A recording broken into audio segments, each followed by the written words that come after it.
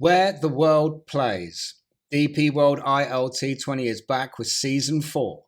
Get ready for Season 4 of the DP World International League T20, the UAE's premier cricket and entertainment experience, live from December 2nd to January 4th across Dubai, Abu Dhabi and Sharjah cricket stadiums.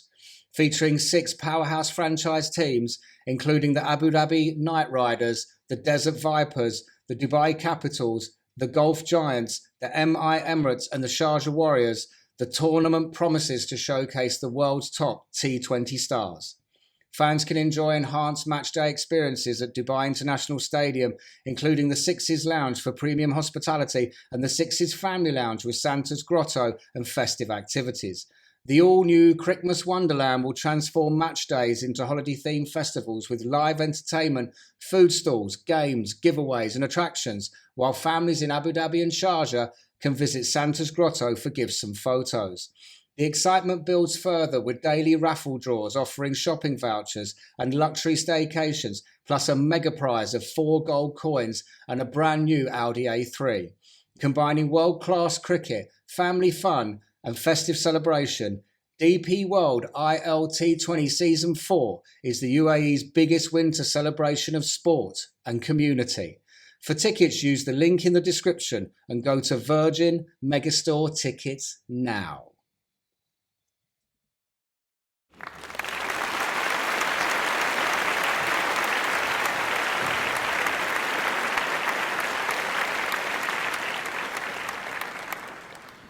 Hi, Sarah. Hello. How's it going? I can't complain after being stared at for 5 I seconds. can't believe it just burst straight. This is. I love where this is going to go. You know, they say that the art to this is to build a rapport with somebody very quickly, and it feels like that's already happened. So Yeah, you've done that through your eyes for the first 5 seconds. thank you very much. You know what I mean? Okay, so look, welcome to Tasty Humans. Thank you so much for coming down. I really appreciate this. I'm really excited about this conversation. But for people that don't know who you are, please introduce yourself. And what do you do? What do I do? Okay, so I run a charity, the Sparkle Foundation. But aside of Sparkle, I mean, I'm a humanitarian ultimately. I believe my goal on this world is to make a difference in whatever way that is. And it's been a 17-year journey to get to this point, and one hell of a life story in between, to be honest. 17-year journey. Can I ask you a very personal question straight off the bat? Go for it. How old are you? 35. Okay. Trying to do my quick maths. Wow. Yeah. So when did it start for you then, the feeling that you had to make a difference? Very young? I think growing up, I'd always like seen these in the UK, like Comic Relief and all these different things that they show on TV. And I'd always been like, oh, I want to help. And the dream for me was to go and be like a news reporter on like in war-torn zones and like really be able to give feedback. And I think I'd already had that like burning desire, but I didn't know where it was going to take me. And then ultimately at 18, when I pointed at a map and my finger landed on Malawi and ended up going there to volunteer for 3 months on my gap year and had a life-saving operation. My entire life trajectory changed forever. I think you can only appreciate when you wake up in a hospital to be told, Sarah, there's 300 people that are waiting in a queue to see one doctor and you are prioritised to be seen first because of the colour of your skin. Oh, and just to mention, unfortunately, some of those people died who were children who were waiting. But don't worry, you've been saved. And do you want to get on a flight back to the UK now because you're alive? And I was thinking, absolutely not. Like, looking at my skin, how on earth do we live in a world where the pigmentation in our skin dictates whether we live or die? And that was it. I made a promise. One child, I had to do something to help. And the line went in the sand. So what happened to you? It's a bit funny, but I ate too much of the local food for breakfast, lunch and dinner. And I ended up staying with this local lady, and she was so kind to offer me a place to stay, but she couldn't speak very good English. And she kept feeding me. And I guess in true British fashion, I was too polite to say, don't like it. This really isn't agreeing with me. And I just kept eating it. And I don't know what I was thinking. I'm putting it down to 18-year-old naivety. And after 6 weeks, I got a twist in my bowel. Very common in horses, not in humans. Agonising pain. And yeah, I just literally blew up and everything was blocked. And next thing I'm unconscious. And there I am at a local hospital being told the doctor's never done the surgery before, but he's prepared to give it a go. Or another choice, when he does the surgery, there's a high rate of HIV because there's no donation of equipment, and nip to the local liquor store, get some alcohol, dip in all the equipment and hope for the best. So thank God my friend was like, no, let's go to a private hospital a couple of hours away and take the risk. I could die en route to getting there. And I was quite grateful. I've got no memory of the situation, so the poor guy's never been back to Malawi. I hope it's nothing to do with that journey. But yeah. Wow, he swore then. How did you feel coming from the UK and growing up in a system where the attention to immediate sort of healthcare necessity, emergency, is absolutely a mile away from what you've just described? How did that sort of resonate with you as like a juxtaposition? Do you know what I mean? It's hard. Because your mind, when you're there and you're like, you want to help, and actually even your instinct takes over. So then suddenly, without any doctoral nursing qualification, I'm like, well, I might be able to help. And that's also very dangerous territory because I've got no skill set, and YouTube wasn't a thing back then, or ChatGPT to have a look and see what you could do. So you just morally are looking at a circumstance, and it's very, very humbling to realise. And the desperation, in Malawi and across the entirety of kind of sub-Saharan Africa and wider around the world, there's people that are walking 1 or 2 hours just to reach medical support, and you're not going unless you're nearly dying. And I think especially sometimes here in Dubai, I'm nearly dying before I'm going to hospital, and my friends are like, just go, you can go to the hospital. And I'm like, I always have that in the back of my mind. I never want to abuse a system because, maybe I can just self-medicate at home or just get better. And I'm always reminded back to that point in Malawi that you don't go unless you're really, really bad, because, it was really hopeless. And I found it hard, especially with young children that so innocent, zero understanding. They're just there crying, and most of them end up not crying because they've gone past the point of crying, looking, and the nurses are just saying, help us, we haven't got a doctor, what can we do? And unfortunately, still, and I hate that this is the fact, they look at me as a white face and say, do something. And I'm like, what can I do? And you just pick up the phone and ring anyone you know and say, help. So I just wanted to ask, I sort of want to just quickly circle back to when you were told that congratulations, you've been saved, but in order for that to happen, other people had to die.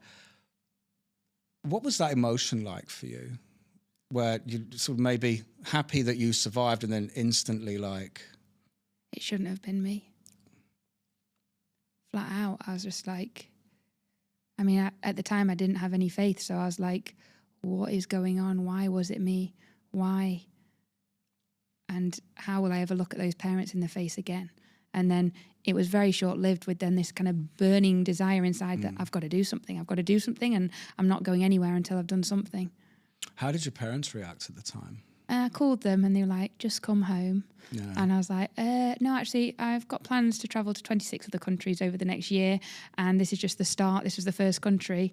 And I actually kind of like hitchhiked across Africa as an 18-year-old blonde woman, which, to be honest, Malawi always captures the audience. So I never actually move on to any of the other stories. And some of them were probably actually more terrifying than the first, not necessarily in a health perspective, but more some of the circumstances I found myself in. And I think by the end of the year that I'd survived, my parents realised that there was no holding me back. And I'm really been blessed in that sense that they never stopped me. And most parents, I reckon, that have heard my story would be like, have sympathy with my poor mum and dad. Have they gone on to say, have you ever said, why didn't you stop me? And have they ever said, what did they say? We couldn't. You wouldn't listen. We've known since you were born that there was something different.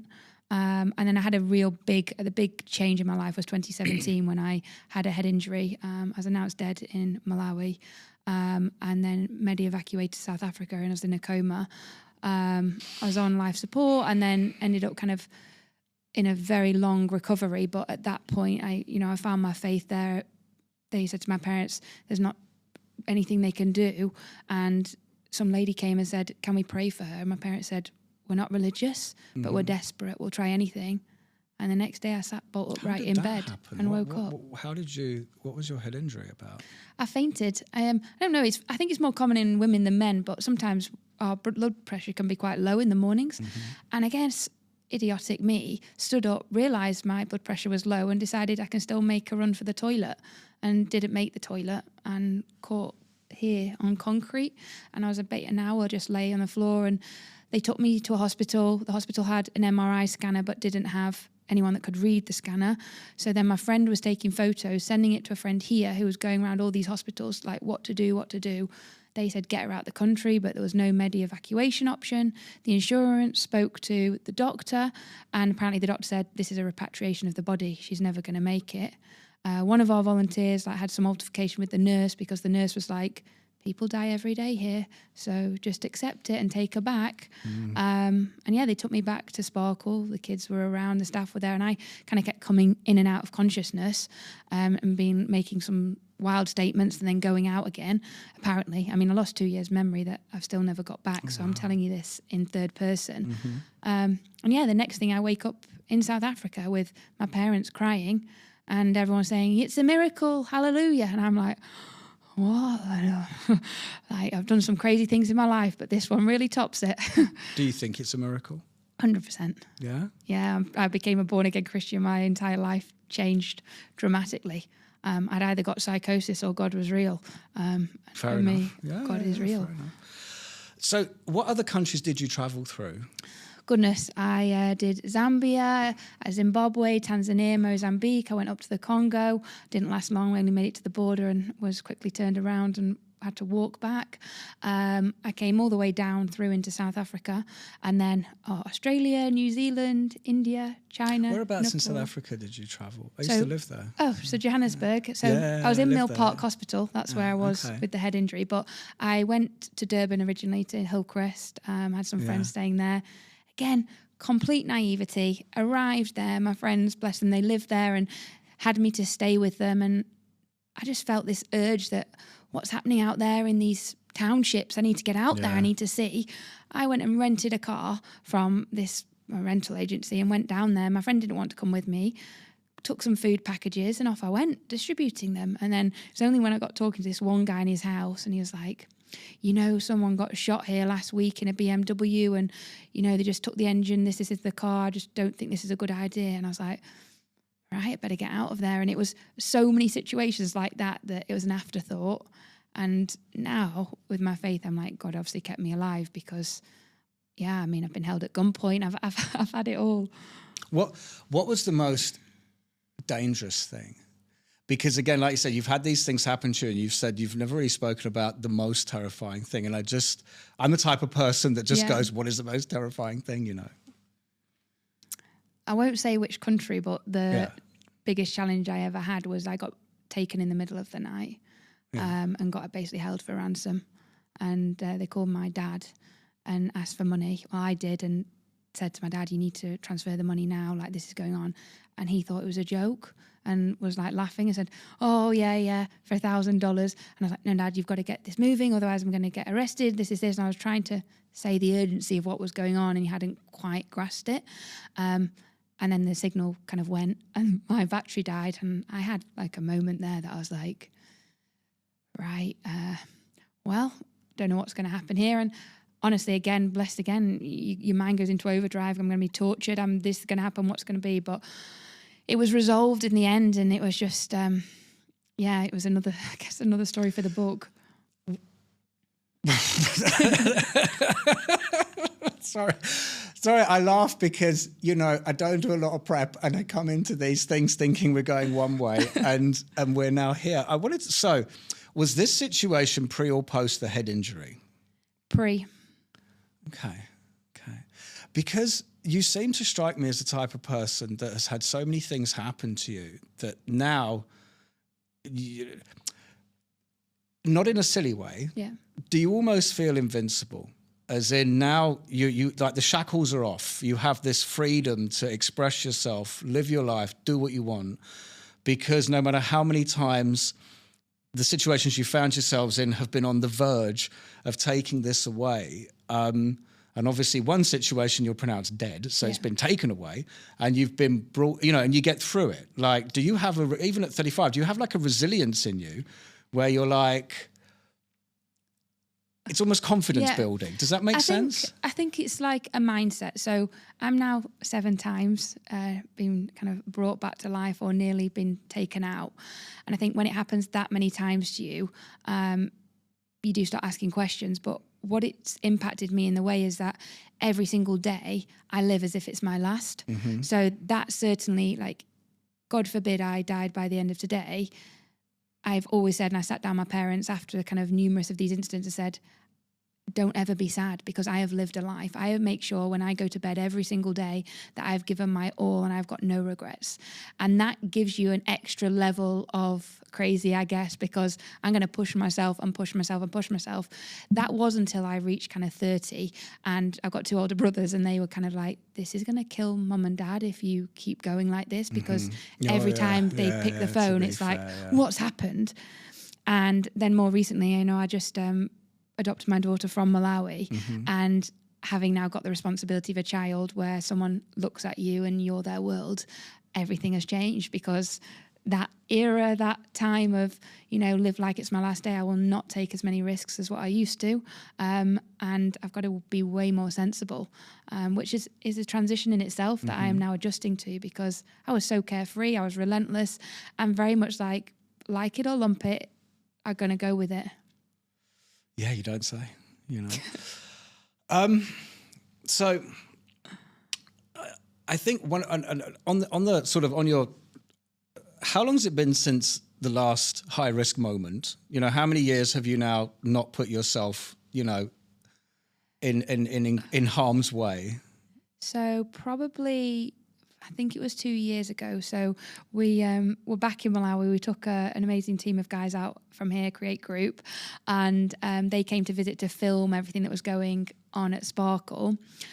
And all was going well, a great volunteer trip. And then I'd been out there for a while, I think, and then suddenly realised I was feeling unwell, and it came very quickly. And I was like, I need to go to hospital. Went to hospital, and then next thing you know, I've got malaria. And I'm in this hospital, and I'm in basically a storeroom, and it's getting progressively worse. And they're like, we need to kind of like get you home because you can't really stay here.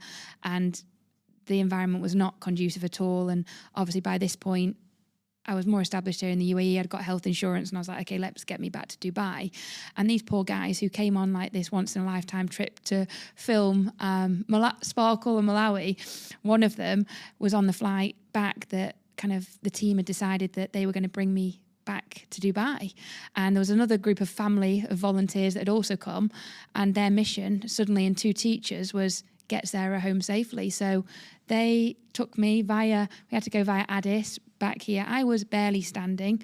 I kept passing out the entirety, so much so they had to divide and conquer. They carried me, and I think England had been in the World Cup the night before, so when they were walking me onto the runway, I was barely walking. He was a big guy, dear. He was holding me up like this, and then the next thing is the air hostess on the ground was like shouting, saying, excuse me, sir, excuse me, sir.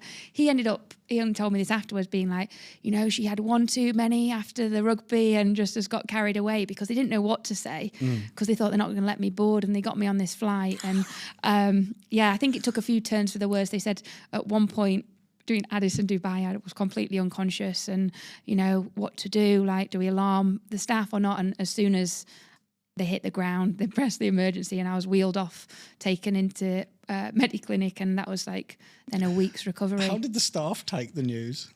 Were they like, you should have told us before? Or? I think they knew. They kept saying, Okay. I mean, the volunteers kept going like, oh no, she's not well, there's maybe food poisoning, she's going to be okay. And they'd wrap me up in blankets and try to cover me up so that it wasn't obvious, but they'd literally positioned me. Bear in mind, I'd never really met these people. So these poor guys, like, at least when they came home, I was like, you've saved a life. And I literally mean you've saved a life. And they talk about it now, and they're still involved with the charity, which is amazing. I didn't put them off. But that was probably, I didn't. And when I came through Dubai, apparently they had to go like this for the scanners while I was sat in a wheelchair to get me through, because I was like this. So, Wow. Yeah. I don't know. I feel like I just want to end the podcast and go, thank you very much. This is the best episode I've ever done. Wow. So, okay. So Sparkle Foundation then. Yeah. So how did all of this translate into you starting a charity, which I definitely want to get into, because the word charity and what actually happens. 2 different things. Obviously I had that life-saving moment. I was like, I want to do something to help. Went back at 21 with my mum. She didn't want me to travel alone, and basically raised funds throughout my family and friends network, which anyone that's been involved in charity, usually how it happens, it's your immediate circle, all come together, donate, build what I thought was a nice nursery school, and walked away on my nice life. Went back a year later to surprise everyone, and everything had gone. The iron sheets on the roof, toys, it was not anyway how I'd left it. Called home and they're like, Sarah, that's Africa, that's corruption, you tried your best, just do something to help. And I was like, actually, you know what, that's a 21-year-old who had no knowledge of the charity sector, built something that I didn't even ask, do they need, come from a very privileged Western mindset of I think I know what's best, and literally fell victim to all of those kind of what not to do when it comes to charity. And I went to the National Statistics Office and said, what's going on with charities here in Malawi? And they're like, yeah, the average life expectancy of an NGO, they come in with the big 4x4s, build something and then disappear. And I was like, right. And they said usually within 2 to 5 years. And I thought, I don't want to be another statistic. Let me go and understand about the sector. So I went and volunteered where I could, learn about what not to do, what to do, and really quickly realised that the sector is so broken. The way we operate, both on the ground, but also from a fundraising perspective, very fragmented, and basically decided that I was going to change the world, and went to the UK government and waited outside until someone would speak to me. Eventually the Foreign Secretary did, and I had my 2 minutes of saying, right, you know what, 23, this is what I think we need to be doing. Why is this? Why is this? Where's a best practice model in the charity sector? We're putting money into a bottomless pit. The world doesn't seem to be getting any better. And as the government, what are you doing about it? And it was when DFID was a thing at the time. And she said, yeah, there's a reason behind it. People stick to one thing rather than the whole picture. And pretty much laughed and was like, in the politest way possible, but not to these exact words, was like, it's not possible. I have a quick question for my context. Yeah. How privileged were you? Very. Okay. So in comparison to anything, I mean, most people... Not in comparison to Africa. Yeah. In comparison in the UK. So, I mean, says it, I went to boarding school for the last 2 years of my life. I mean, I've come from a family where I went to the same day school my whole life in the north of England. My dad is like first generation of worked basically his ass off to get to where he is today. So I had grandparents that always taught us the meaning of money. I remember baths when I was little, like no lights on because they were always aware. He was very, very humble, but from around the age of 12, 13, my dad became even more successful. And then suddenly from the camping trips he was going on in the north of England with my brothers, I was suddenly going on abroad holidays. And then the last 2 years I had the opportunity to go to boarding school down south. So being exposed, I was the only northerner there, and probably, truthfully, one of the least privileged out of the people that were there. But it suddenly opened my eyes to a whole different world that I'd just not been made aware of, networks and opportunities, and without a doubt, one of the best 2 years of my life. So then obviously going and now realising connections is everything, through the network, got myself in front of the government, and this was what I said. And then when they laughed at me and said it's not going to happen, again, this fire came to me, and I was like, watch me. And I went home, said to my parents, this is what I want to do. And they're like, no, you know, I thought I was going to be a doctor. I've come from a family of accountants, very business minded. You know, you've got your degree in psychology now. Come on, let's think about this. And I was like, going to Dubai. And I'd come here as holidays as I got older, and I was like, I think this is where I can do something. And yeah, went into sort of the PR media world and decided I was going to fund the charity. I didn't want it to be a charity, a big established thing, and I wanted to do it the right way. I didn't need any donor telling me what they want or didn't want. And I was fortunate the company I was working for at the time knew what I was all about and said, look, we'll give you the flexibility to travel back and forth. And I did that for 3.5 years. And that was when life was genuinely easy. Yeah, I was working 2 jobs, but it was a lot easier then to manage, to navigate. It was small. And then, yeah, it changed all in 2015. There's like a well-known cliched thing coming from the UK that privileged kids take a gap year, go to Africa, build a well, come back, feel better. Do you know what I mean? This sort of thing. And it's because a lot of people that don't come from a privileged background can't take gap years. They have to go to work straight away and everything like this. I have two questions. The first question is, how much did coming from, like you say, a decent background drive you forwards? Because there must have been a hell of a transition between what you're used to what's happening there. Like I say, clean water, and suddenly, did you know what you were getting yourself into? Or did you get slapped in the face by this, sort of metaphorically speaking, or maybe physically in some of the places, when you kind of saw it for the first time? I'd never even been to Africa, let alone, there were 52 countries in Africa, but in Malawi, I'd never experienced anything like that. But I'd been well versed, so I'd had that, as I said to you at the start, like in me. So I remember at 16 deciding that I wanted to do a documentary on prostitution in the UK, and decided to go to the deep depths of Manchester and go and film what was happening and do interviews to find out how did these people end up on the streets. Same thing going into drug dens and houses, because I had that. You did this? Yeah, I went and did that. How was that? Oh, yeah, I got quickly asked to leave after. I ran out of £20 notes that I had to keep paying just to have the time with the people. And then eventually someone came and moved me along. I told my parents after that had happened, because I thought that was a better idea to not have them worried. But that, again, was part of who I was. So going to Malawi, I had a friend who had a contact there. So there was a safety net that was there. So I just didn't worry. And then when I did the rest of across, I always had friends that I knew of. So that certainly did help me. Was I shocked? Anybody that's been to Malawi, or actually I think anyone across the continent, they say it's cliche, but there's just something that happens to you when you land there, and your spirit becomes alive, the sunset, the sunrise, and I just felt like I was home. I honestly felt something that I was like, I need more of this. I want to be around more of this. This is what real life is. And what on earth's happening over on the West? We could learn so much more about real life and no phones. 100%. People were so happy with barely anything. People weren't complaining. People were just remembering what it's to be human, joy, and just laughing and so carefree. There was no one worrying about makeup and all. Oh, it was really, honestly, my heart was content. So that helped. And then I guess as this journey went on, the privilege that kind of you may be alluding to, everyone always says, oh, you've always had a safety net. But the reality is, when in 2015, when I decided to quit my corporate job, I had it all. I honestly had it all. I was living opposite the Burj Khalifa.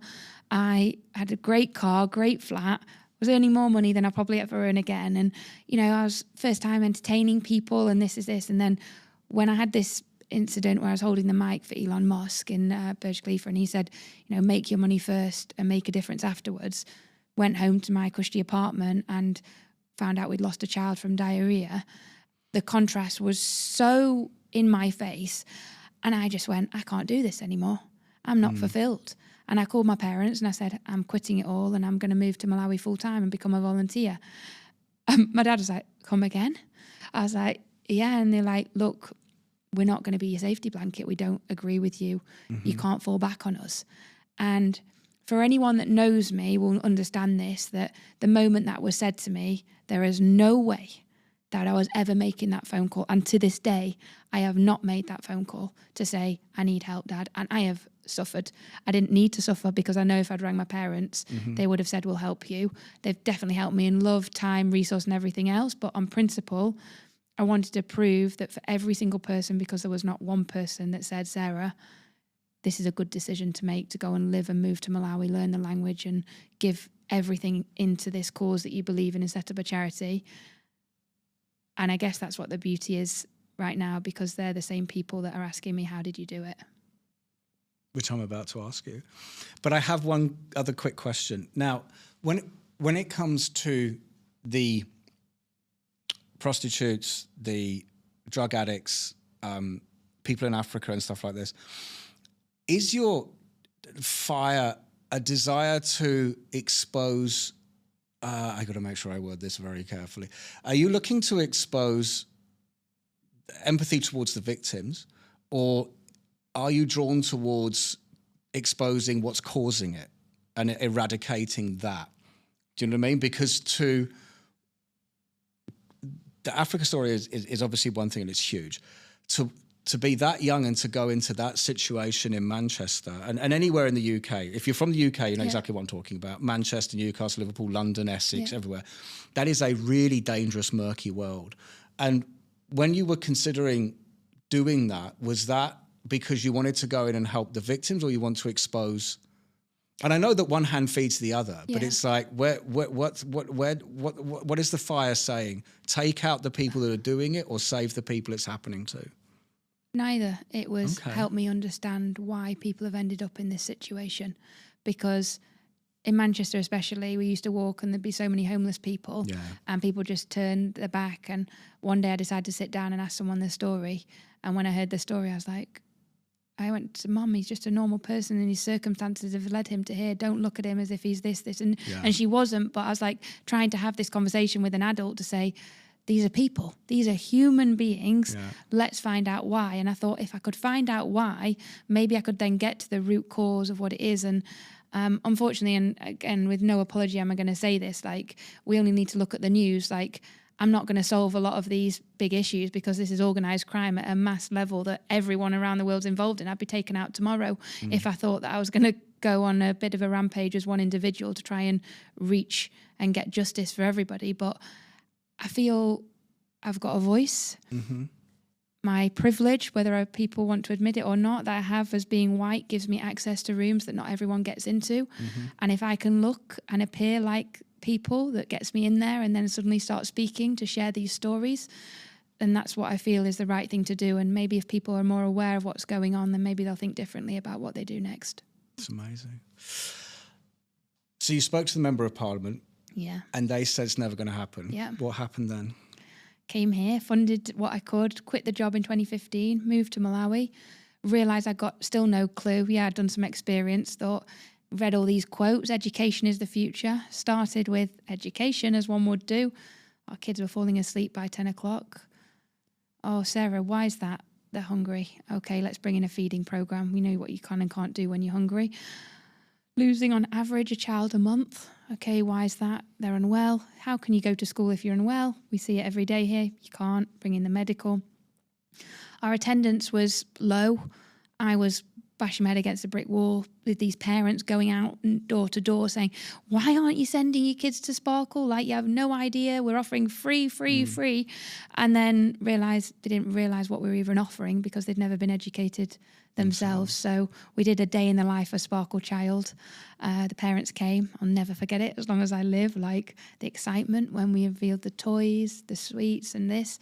And from that moment on, our attendance swapped. And then before I knew it, we had this 4-pillar model: education, medical, nutrition and community. And it started moving and moving. People really appreciated the standard. We weren't aiming for donor dependency. We're trying to say, right, what can we do to help you? What ways can the community support? What can we support? Let's meet in the middle. And then, 2019, the UK government came back to me and said, we love what you're doing. Can we help? Thank you, but no thank you. I was about to say, what was your reaction to that? And we just went from 1,000 to 5,000 we're supporting. And then before you knew it, after the head injury, I lost the battle with my parents to go and live full-time in Malawi. I had a whole year of coming back to life as a different person. I couldn't even recognise myself. I was on a faith journey like no other. I was confused. 2 years memory loss. Is that right? So everything took me about a year to recover. And I mean, anyone that spends enough time with me will still realise there's certain traits of that accident within me, certainly when it comes to my memory and also my way of thinking. But to the average person, I've rebounded and I'm back to life and normal. But you never come back the same because how do you reflect on not being able to remember anything for 2 years? Like, is there like this real change in how you think life and human beings, how vulnerable they are, and like it's never come back? So you see photos and then it's so difficult then to decipher between, is it the photo or someone telling me a story, or is it actually the memory? So some of them I won't know, but for the first year I had 2 incidences that led me into really questioning my own mental health, because I remember walking down the street and someone came running to hug me and I had no clue who it was. And I had to make a decision: do I pretend I know who you are, or do I be honest? And I kind of went half-heartedly, like, hello, lovely to see you, like, please say your name, what's the situation? And then in the end, I couldn't. And I was so upset by the reality. And I was like, look, I've had a head injury and I don't know, when did we meet? What's the situation? And I've always held myself in such high regard. My memory was so good. And I'm always that person who remembers your name and, love building relationships with people. So this one really affected me because God, if anyone thought I was ignoring them or being rude, not waving and smiling, it was like mortifying. But then eventually I just had to own it and started speaking out more about what's actually happened. And I guess used it more as a way to push forward of, okay, this is something of, rather than seeing it as a weakness, try and make it a superpower in its own way. Who was the person? Were they like a close friend? No, it's a Were lady. you like really surprised at how you did not remember them? It was a lady that I'd met in a meeting, and there's only 4 people in the meeting, but I guess I can kind of sometimes get away with it because the stories that I've got, and please, this is not my ego speaking in any way, and it's sometimes really frustrating that kind of sometimes take over the room, and it's more likely that if we go to a dinner party or wherever, that people are going to remember me because of the stories I've told. And actually, sometimes it's really, really nice. And I don't even mention Sparkle. And I say I work in insurance. No offense to people that work in insurance, because no one ever asks any more questions after that. And then you can listen. But the whole thing is like better, but they remembered me. So at the time, she's like, "Oh, Sparkle, how's it all going?" And you kind of play along with it. But obviously now I really remember her because she's a reminder of that moment of when I had to lower the pride, I can't come back the same person I was. I love your sense of humour through all of this as well. Hey, if you don't laugh, you'll cry. That's my literal mentality. 100%. I say it all the time, it's laugh or cry. Yeah. Do you know what I mean? Choose laughter. When the UK government came knocking again, did they come... How did you feel? I know that you said you just went, no thanks, but how did you feel? Did they come in a way that made them seem solid? Yeah, they came to visit the project in Malawi, so I couldn't have asked for any more. The problem is, and anyone that does government or grant funding will know this, the size that Sparkle was, the no wasn't because, I wanted to put my middle finger up and say, you said no then and now suddenly I'm saying no again. It was more that the requirement for the money that they were potentially prepared to offer would have required me to recruit another staff member just to report back on the data that they needed for the funding. And when we were that small, you have to it's like a chicken and egg situation. And in the end, I said, actually, I want to just follow the need. And with these government funding institutions and different things, they often are quite restrictive in what they want to fund, which I completely understand.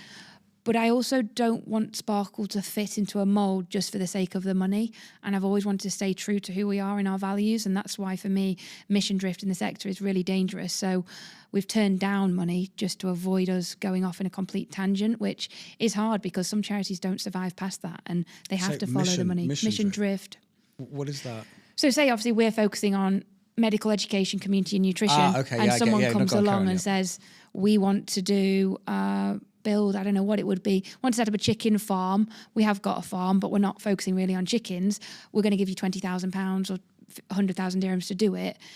Okay, we'll kind of fit it in with our program to do that because we need the money and hopefully cipher some of the funds to fund some of our operations, and that's the only way of survival. But for all the work you've been trying to do, you end up then focusing on your chicken farm that was never part of the agenda in the first place. And that's hard. That is never going to change in the sector because there's not money readily available.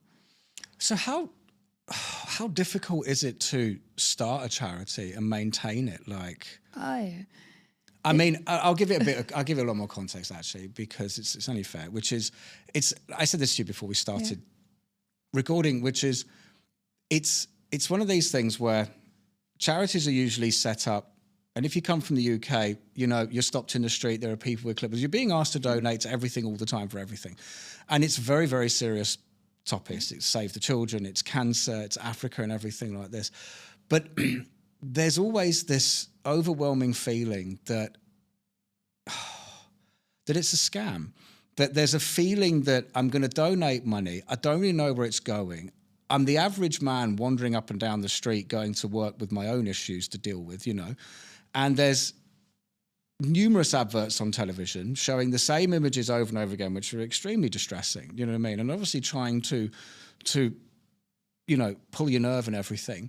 But then there is a feeling sometimes that you don't see any real change. And someone who has been around as long as I remember Live Aid and stuff like this in the mid-'80s, and you think, I wonder how much money has been donated and given, and has any of it, where are the results? Now, that sounds like a really ignorant way of me saying that. Like, where are the results for the £10 I gave to somebody, walking on the high street in London in, 2004? But it's like, what is it like, let's say, on the inside? So there's a real problem with the mindset. So let's use an analogy here. You're going to give me £10. Mm-hmm. One of the first questions that you're going to say to me is how much of that £10 is going to the cause versus how much is going to admin and overheads. Probably the number one, number two question that I ever get asked, okay? The reality is, the reason why people are losing trust in the sector is because those same people and the world aren't prepared to fund the operations to ensure that the money goes to the right hands. So, you see about these, oh God, a CEO's got a salary of this, and everything's in moderation. But if you're managing 10, 15 million dollars worth of budget, then you need to have the skill set to be able to manage that money. Mm-hmm. But same donors will be the first people to say, oh, you shouldn't be taking a salary like that. So then what ends up happening is the type of talent you can attract in the charity sector is either people that have got the right heart and don't necessarily have the skill set, or people that kind of are just doing it for a serious period of time. And then we're expected to deliver the same results as what somebody would be at like one of, the big four top accountancy firms. It's not realistic. And we're in this kind of vicious cycle because we can't build the infrastructure that charities need to be able to deliver the work that's required on the ground because there's a cost involved in that. And so what ends up happening is people want the best for their buck, and they'll say, we want to dig a borehole. And you say, okay, we can dig a borehole, but then we need to cover the maintenance for years to come. We need to make sure we're educating the people around to make sure we're going down and actually doing a surface level borehole these days. Have we checked the water table? That's going to require X beforehand to make sure we know how far we can go down. Have we checked the area to do a mapping to see other boreholes here, and here? By that time, you sort of $2,000 or $3,000 in to do the research. Oh, no, we don't want to do that. We just want the borehole. Yeah, but in a year's time, your borehole might be broken and not working. Oh, no, but we need that. Just send us a picture and, we'll get on with our day. And that is a mentality that is causing, A, donors to be turned off, but they don't actually realise they're part of the problem, being honest. And two, my other big thing is, unfortunately, the way the world is going, we are turned off to these, dramatic pictures, and we've become so sensitive desensitized with social media. And at Sparkle, we don't post any negative pictures. Okay, we've never have. We just do not believe. We've had in the past people say, you need to put more pictures of poor child doing this and this. No, that's not what we're about. Sparkle is not about that. We're about empowering. Actually, when people go to Malawi, people are more transformed than the people on the ground are from going. We can learn more from them than we can learn ourselves. And equally, the sector in general, and even Africa, like my big push is to change the narrative. Stop looking at it as safaris, poor people and everything else. It's an investment opportunity where business deals are going to be taking place over the next 10, 15 years. And let's change that. But we still come back to the same issue, is that people don't really care. And that is a fundamental thing. And I know it every single day because I'm asking people to get behind and get involved. And it's like, no, we've got our own cause, we're doing this. Years ago, I'm fairly sure, and religion has a part to play in this, when much more people were religious, they had more of that giving culture inside of them because it was part and parcel of who they are, which is why, $57 billion is the humanitarian problem. That money, I know categorically, is raised every single year in certain religious holidays. So if you do the math on that, $57 billion, we can solve it. There is no reason the world should be in the situation it's in. But why not? The model is broken. The way we distribute aid is not working in the right way. Corporates want to give. It's become a bit of a tick box exercise, marketing campaign. Charities need the money but don't have the infrastructure in place to receive the money in the right way to meet the standards. So people are just doing this. And that's, I guess, where Sparkle came in, because we're like, let's create a best practice operating model that when someone goes through something similar to me or just feels they've got a cause, rather than having to go through the trials and tribulations we did, use our model. We've proven it. We've 10 years now, 30,000 lives have been impacted. Join us. If you're doing it because you want to be the CEO and the founder and want your name on a building, you're not doing it for the right reasons. We've got to be, ultimately, every charity around the world, if you look at what their end vision is to make the world a better place. Let's come together. how many CEOs and founders do you come across that want their name on a building? Too many. That's why I have a bit of a swearing policy here, but that's... We'd like a plaque. We'd like this. Yeah, that's really messed up, because that's manipulating a emotional situation for your own gain, if that makes sense, which I'm sure it does, you know what I mean? But it's like, it's the I want the picture of me, you know, next to the well, then I actually want to say in 10 years, here's a picture of me next to a well that nobody knew that I actually built, that's been here for 10 years and has done this. It's a fine balance, truthfully, because if you don't also get the pictures, you don't then get the marketing exposure. So I get slammed the whole time on social media. White saviorism, who does she think she is? Or it's all about her, this is a situation. Anyone that knows me, genuinely, and I honestly can't, I wouldn't wish my life upon anyone, truthfully. Yet it comes with so many perks. I get to meet amazing people and do that. But every single night I go to bed knowing that I'm not sure where the money's going to come tomorrow, not for me, but for other people. And you think about when you say, you know, people have got their own problems going on at home. Yes. But can you imagine creating something where there's 30,000 lives that you need to do something for? And I think that's the thing I juggle with. But then at the same time, if we arm people with pictures that are empowering and positive, they've got a new reach. That could mean more people support. So it's finding that balance. That's crazy. How do you deal? So, in Africa, how do you deal with people there that from their perspective are almost doing the same thing, or does that happen in the sense of you want to come in and make the place better, but they kind of don't want you to do it? Does that make sense? Is there any narrative there? It's like, go away, you know, we'll solve our own issues, or... It depends on the country that you're going into, because everyone varies. Like, you know, some countries have got more resource than others. There's more an entrepreneurial spirit. Some people have given more access, more opportunities. The infrastructure's in place.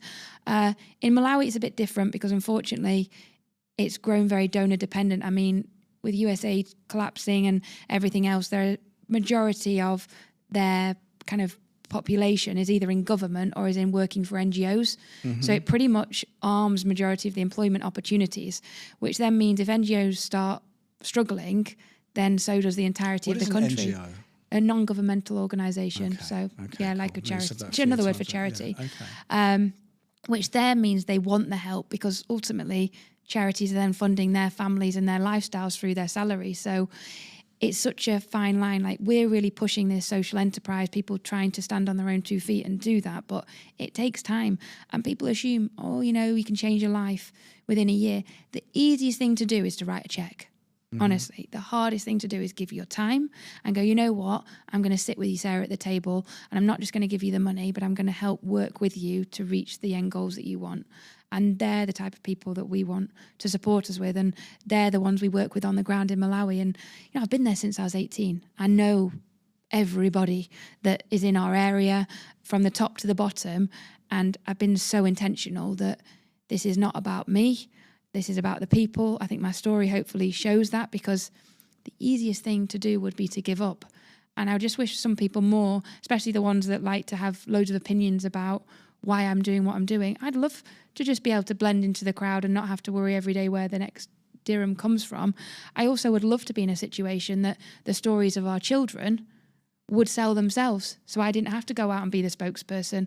I dream of the day that we can tell the stories and people go, you know what, we love that cause, we're going to donate because of that. And we're not there yet. I hope the world will be. But as you alluded to, there's so many causes, there's so many things we're seeing. People are a bit turned off now towards charity. They're worried and concerned that if you don't do something different, your output won't be any different.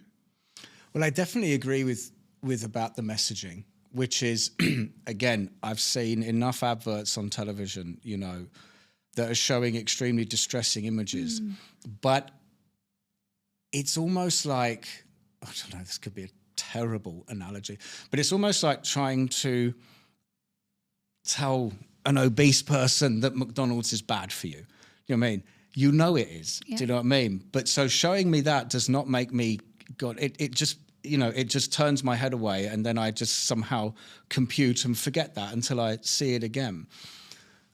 You said earlier on that your look and appearance and everything opens doors and gets you into rooms, but once you get in there and you open your mouth, how are you received in the, let's say, I don't know if that's the right word, is the charity community? Like, it's difficult because so many people have supported me on this journey, and I genuinely would not be sat here without people that just given me a chance.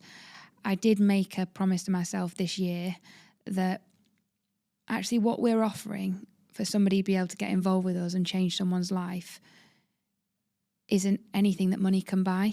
And especially when we live in a place like Dubai where everyone's searching for purpose, that I'm going to stop being, I'm grateful. Obviously, I am grateful, but there's a fine line between grateful and desperate. And when people help, rather than overloading with, thank you so much, I'll do anything, I'll move over backwards to make sure that you're this, this, and this. I was like, I'm not going to do that. And I'm going to say, thank you so much. And I'm glad I've been able to give you the chance to make a difference and see myself as an equal with the people that I'm sat around the table. And that has definitely changed things because it's ruffled a few feathers, because I'm also, as you can probably tell, very direct, and I've got like I hadn't noticed. I've got views that I really want to share, but I also represent a brand, so I've also got to be so mindful of that. And it's a brand that it impacts me, yes, but it impacts thousands of children as well around the world. And it's hard because some people are like, a bit like Marmite, what they say, they love me and they're with me for a season and they're all in. And then others are like, oh no, you're too much, or you make me feel bad. But then again, the same types of people are saying to me, how have you managed to get Sparkle to where it is? And honestly, it is relentless. And that is the only thing. Like, you tell me no, I'm back around, and 1 week later, hello, I'm back again. And I'm then new way, I bumped into you in the street. Good news, Dubai is a small place. I find, go on, remember me. And I'm not afraid when people say no that I keep going back, because I'm not asking on behalf of me. And that's what's got us to where we are. And I just hope that people will see me for who I am.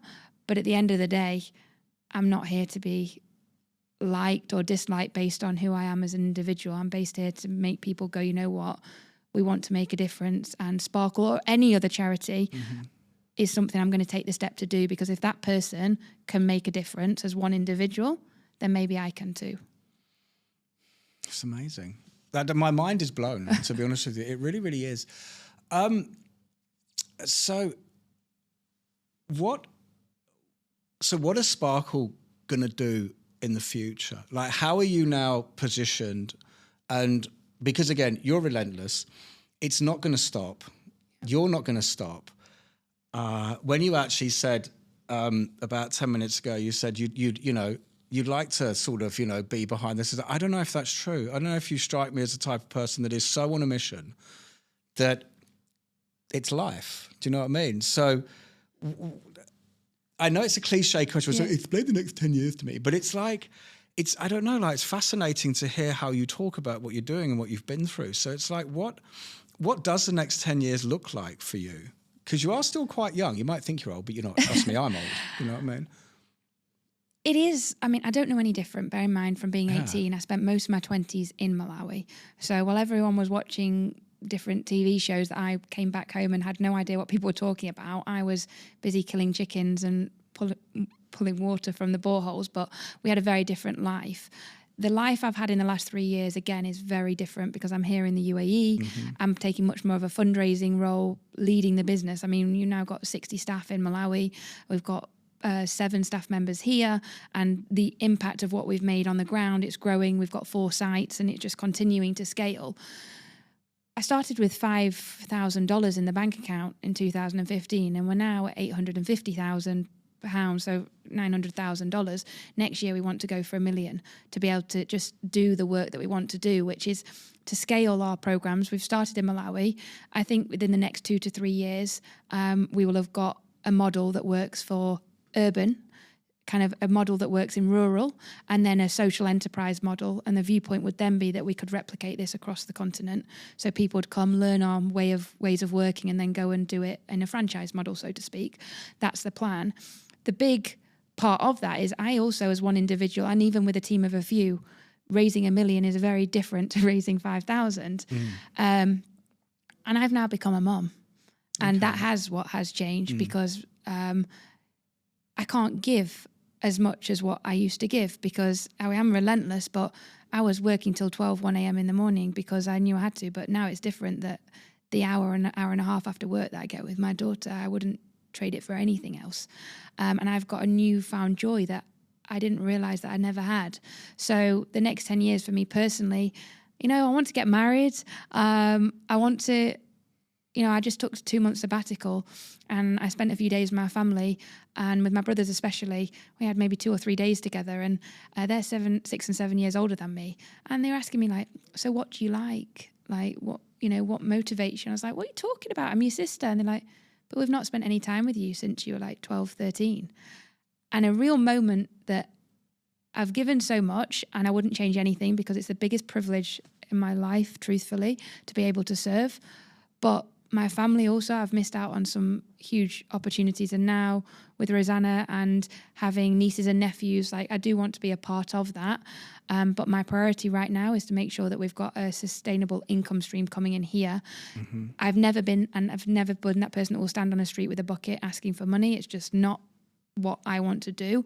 I do think there is enough wealth in the world that if we channel it in the right way, we work with partners who understand what we're trying to do and change it from charity donating to investing, impact, long-term returns in terms of people and human beings, we might be able to do something that changes the entirety of the way the sector operates. And for me, that's why I'm getting out of bed in the morning.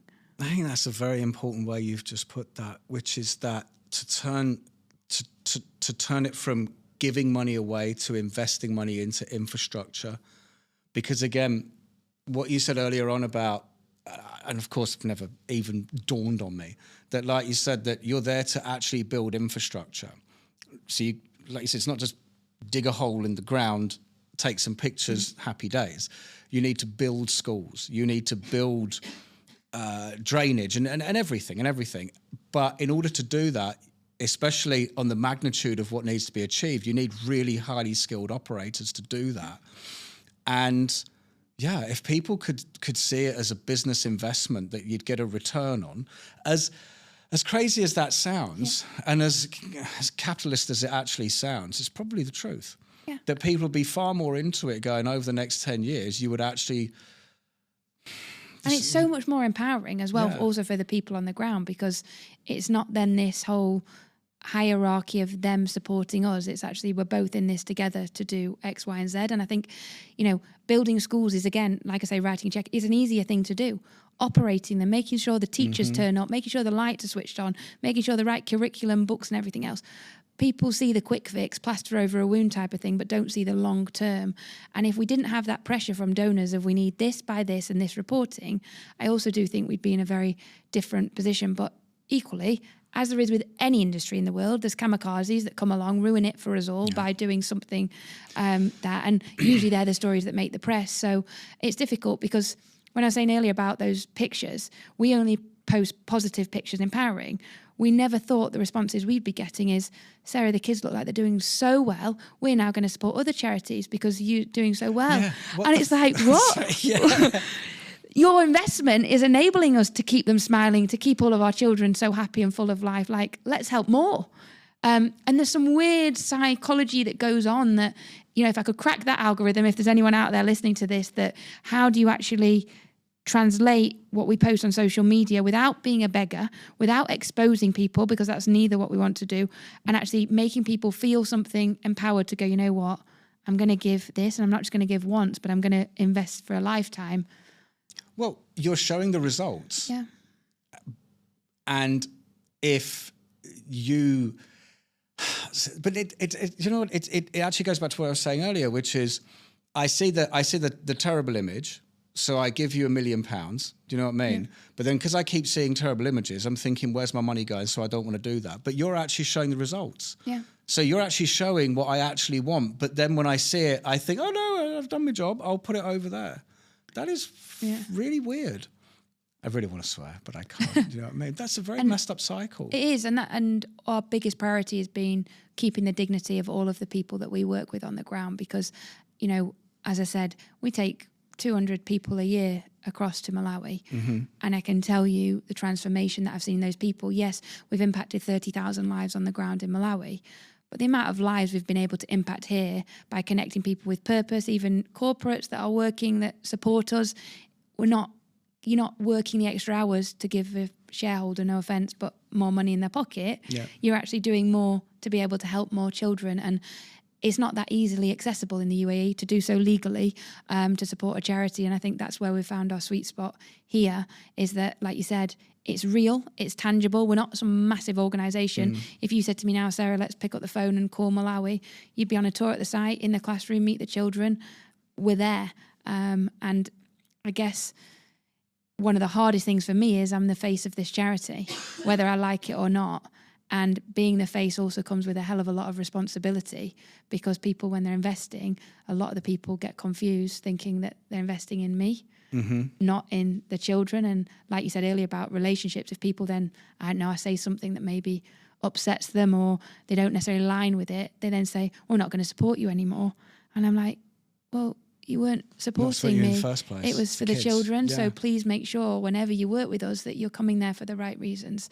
And maybe I might be the reason because I'm the voice naturally, but it should never be the reason why you stay, because it's a lot to carry. Yeah. I mean, you end up becoming a people pleaser. Look, we've come to the end, right? And I just want to throw that in, because I could literally do another hour just like that, but we can't. It's absolutely mind-blowing. I've never had a guest on Tasty Humans that has had this type of life and story, which is just fascinating, because it really is quite mind-blowing. Like I said, and you know that, do you know what I mean? But with all Tasty Humans guests, I always say, if there's one thing out of all of it that you could say, what would it be? There's no context to it. It's anything you want to say, but if you could condense the whole thing into just one phrase, one message, to achieve whatever goal you want to achieve, what's the most important thing people need to understand? For me, it just honestly, it'd be to be grateful for everything that you've been given and what you have been given, to make the most of it, because everyone can do something. And my centre of that is God. Fantastic. Sarah Brook. Wow. Thank you so much. No problem. I really appreciate it. It's been absolutely awesome meeting you. Oh, thank you for having me. I wish you all the best, and I will get you back on in the future for regular updates. More crazy stories. Yeah, no, 100%. So thank you, and I wish you all the best. Thank you.